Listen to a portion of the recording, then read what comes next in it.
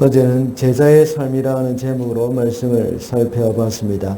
제자의 삶을 위해서는 탐심을 버리고 나눔의 삶을 살아야 하고 또 염려를 버리고 주님만 의지하는 삶을 살아야 한다고 했습니다. 또한 제자는 하나님의 나라와 하나님의 뜻을 구하는 삶을 살아야 한다고 했습니다.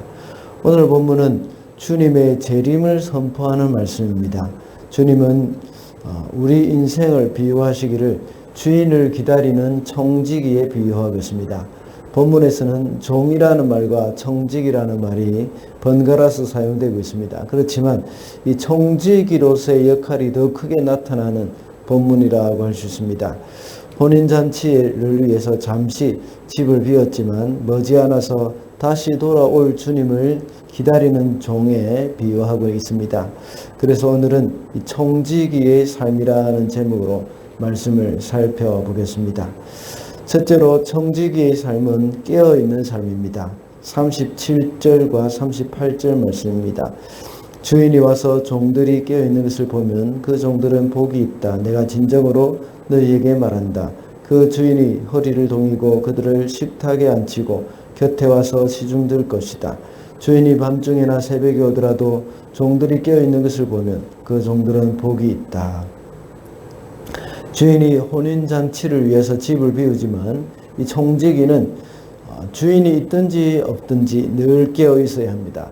당시 혼인잔치는 주로 밤중에 이루어졌습니다. 본문에서 주인이 이 혼인잔치로부터 돌아오는 것을 비유를 하고 있는데 이것은 한밤중에 이루어지는 혼인잔치를 인하여서 주인이 돌아올 때는 모든 사람이 잠든 시간이지만 그 종들은 잠들지 않고 깨어서 주인을 맞이할 준비를 하고 있으라는 말씀입니다. 이것은 하늘나라 혼인잔치를 생각해 볼 때에 주인은 다시 오실 예수 그리스도를 가리키는 것이라고 우리가 알 수가 있습니다. 다시 말하자면 종말이 될 때에 주님이 재림하실 그때 청지기로서 우리 모두가 다 깨어 있어야 한다는 말씀입니다.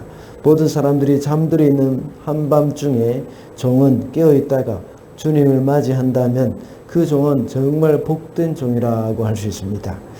이와 같이 우리 성도들도 이런 청지기와 같이 늘 깨어 있으면서 주인이 올 때 맞이할 수 있어야 합니다. 주인이 언제 올지 알 수 없는 상황 가운데서 계속 깨어서 기다리고 있다는 것은 지치고 피곤한 일입니다. 그래서 게으른 종들은 주인을 기다리는 것을 포기해버리고 잠들어 버리는 경우도 있습니다. 밤이 깊어질수록 잠든 사람이 많습니다. 그와 같이 주님이 오실 때가 가까울수록 세상은 죄로 인하여서 더 어두워지고 타락해 가고 있습니다. 그러나 충성스러운 종은 변함없이 주인이 돌아올 때를 고대하면서 준비를 하고 있습니다. 주님이 다시 오실 것이라고 약속한 것이 벌써 2000년이 지나갔습니다. 아직도 주님이 오시지 않은 것 때문에 사람들은 이 주님의 재림이 이루어지지 않을 것이라고 생각할 수도 있습니다. 그러나 우리가 명심해야 할 것은 시간이 지날수록 주님의 재림은 점점 더 가까워지고 있다는 사실을 우리는 기억해야 합니다. 그래서 우리 성도들은 깨어 있어야 합니다. 그래서 주님을 맞이할 준비를 해야 합니다. 오늘 본문에 나와 있는 말씀처럼 37절의 말씀처럼 주인 되시는 주님이 다시 오실 때에 천국 잔치에서 사랑으로 우리를 섬겨 주실 것이라는 것을 우리가 소망하면서 늘 기다려야 하겠습니다. 둘째로 청지기의 삶은 주인을 기다리는 삶입니다. 40절과 45절입니다. 그러므로 너희도 준비하고 있어라. 생각하지도 않은 때에 인자가 올 것이기 때문이다. 그러나 그 45절입니다. 그러나 그 종이 마음속으로 주인이 더디 오리라고 생각하여 남녀 종들을 때리고 먹고 마시고 취하여 있으면 청지기는 깨어있기만 하면 안 되죠. 주인을 기다려야 합니다. 방금 읽은 본문 45절을 보면 청지기는 깨어있기는 합니다. 이 청지기는 깨어있습니다. 그런데 주인이 더디 올 것이라고 생각하고 다른 종들을 때리고 먹고 마시고 취해 있다고 말씀하고 있습니다. 여기서 남녀 종들을 때린다고 말씀하고 있는데 청지기는 다른 종들을 관리하는 권한을 가지고 있기 때문에 충분히 그럴 수 있습니다. 청지기는 그 주인의 모든 것들을 맡고 있으며 그 모든 것을 맡고 있는다는 그 말은 종들까지도 관리하는 그런 사람을 청지기라고 하죠. 이 청지기가 다른 종들을 관리하고 잘 먹일 것을 주고 또 그들을 잘 관리를 해야 함에도 불구하고 다른 종들을 때리고 먹고 마시고 치여 있는 이유는 바로 주인이 더디 올 것이라는 생각 때문입니다.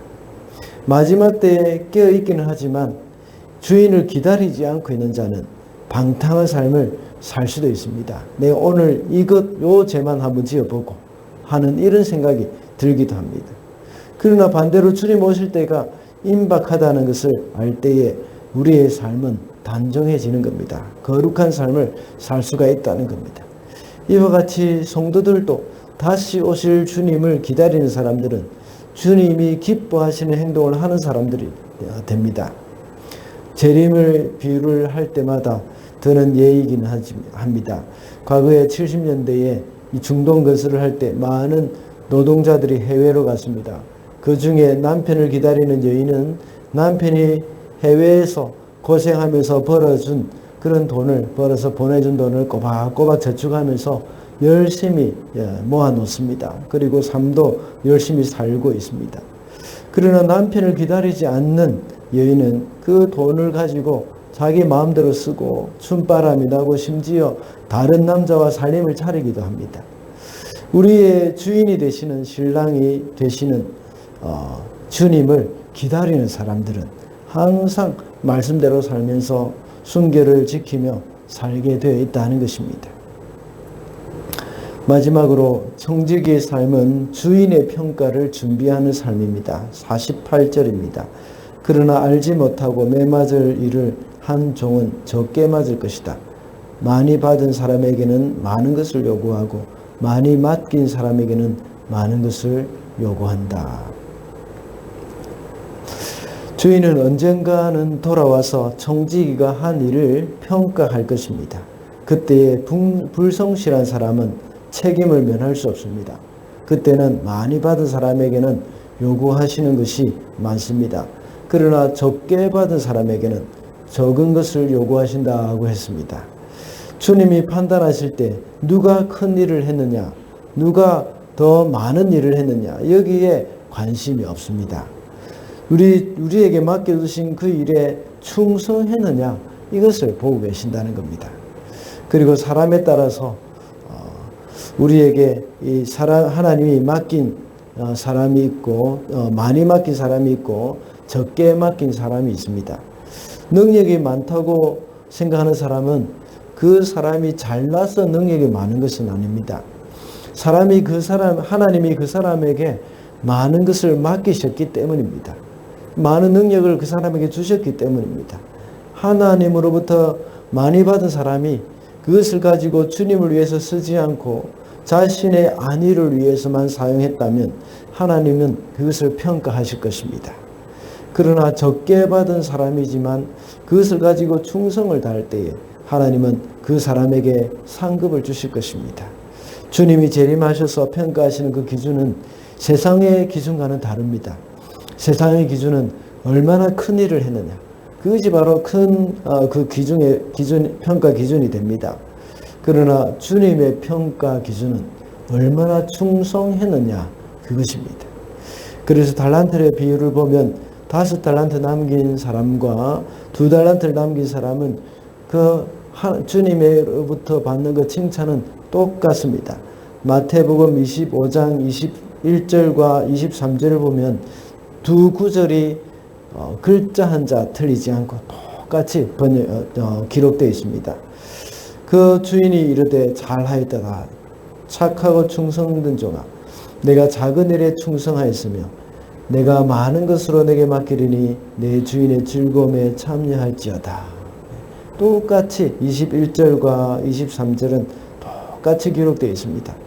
하나는 5달란트 남긴 종을 위해서 기록한 것이고, 또 하나는 2달란트를 남긴 종을 위해서 기록한 것입니다. 세상의 기준으로 보면 5달란트 남긴 사람에게 더 크게 칭찬을 해야 합니다.